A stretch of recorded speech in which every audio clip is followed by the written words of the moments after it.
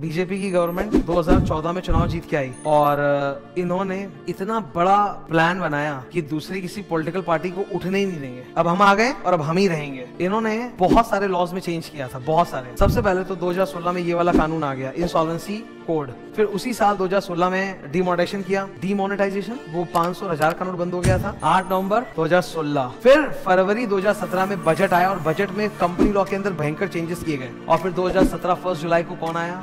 GST. ये सारा एक साथ कनेक्टेड। इन्होंने क्या किया, पॉलिटिकल पार्टीज के लिए नियम बना दिया कि कोई भी कंपनी पॉलिटिकल पार्टी को जब चंदा देगी, पॉलिटिकल पार्टी चलता कैसे है, पैसा कहां से आता है? डोनेशन से। कौन डोनेशन करता है? कॉर्पोरेट्स, क्योंकि उनको काम करवाना है। अरे मुकेश अंबानी अगर पॉलिटिकल पार्टी को चंदा देंगे तो क्या अपने जेब से ऐसे देंगे क्या कि रिलायंस के अकाउंट से निकलेगा? तो वो तो कॉर्पोरेट डोनेशन कहलाएगा ना। तो इनको पैसा आता है कॉर्पोरेट से, और जितने भी कॉर्पोरेट्स लोग चंदा देते हैं ना, उनको बोलते पक्का में देना पड़ेगा, कैश अलाउड नहीं। और उसमें भी एक और नया काम किया, बोला उस वक्त एक स्कीम आया था इलेक्टोरल बॉन्ड्स। होम मिनिस्ट्री से आप इलेक्टोरल बॉन्ड्स खरीद लो और इलेक्टोरल बॉन्ड्स आप डोनेट करो। अब सपोज मान लो किसी भी कंपनी ने इलेक्टोरल बॉन्ड खरीदा 5 करोड़ का और डोनेट किया किसी दूसरी पार्टी को, लेट्स से कांग्रेस को, तो अब ये इलेक्टोरल बॉन्ड इन कैश कराने कहां जाना पड़ेगा? Home affairs. तो गवर्नमेंट को इमीडिएटली, मतलब अमित शाह जी को पता चल जाएगा कि इलेक्टोरल बॉन्ड्स किस किस पार्टी को बांटा गया। अब आप समझ रहे हो, किसी भी कंपनी को मालूम है कि भाई जिसको भी दूंगा इसको तो पता चलेगा ही, तो देने के पहले डरेगा नहीं डरेगा? फंडिंग सुखा दिया बाकी पार्टीज का। अब बाकी पार्टीज का अगर फंडिंग ही काट दोगे तो प्रचार कैसे करेंगे चुनाव में, जीतेंगे कैसे? अब why does political parties need cash? वो वोट खरीदने के लिए पैसा बांटा,